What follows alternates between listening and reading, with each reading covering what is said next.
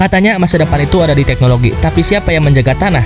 Tempat semua kehidupan bermula. Hari ini aku memilih jalan yang berbeda. Tanganku kotor oleh tanah bukan karena gagal, tapi karena menanam harapan. Sekitar 2 minggu lalu, aku mulai menanam stroberi. Kecil, rapuh, tapi penuh potensi. Dan hari ini beberapa mulai berbunga, beberapa bahkan sudah berbuah. Tapi justru disitulah ujian sebenarnya. Buah pertama itu harus dipetik. Bunga pertama itu harus dilepaskan juga. Bukan karena gagal, bukan karena sia-sia, tapi karena cinta. Karena kita ingin akarnya kuat, karena kita sedang membangun sesuatu yang lebih besar dari sekedar panen pertama. Bertani bukan soal cepat menikmati hasil, tapi tentang sabar, tentang proses, tentang percaya bahwa yang kita rawat hari ini akan tumbuh jauh lebih hebat nanti. Untuk kaum Gen Z, kita bukan generasi yang jauh dari alam. Kita cuma belum mulai, karena di balik layar, di balik hiruk-pikuk dunia digital, ada kehidupan nyata yang menunggu untuk kita rawat. Dan mungkin masa depan bukan cuma soal inovasi, tapi tentang siapa yang masih mau menanam saat yang lain hanya menunggu hasil. Dan dari tanah kita belajar arti kehidupan. Dan bukan cuma stroberi, aku juga mulai menanam kangkung. Katanya ini tanaman yang paling mengerti buat para pemula petani. Gak banyak tuntutan,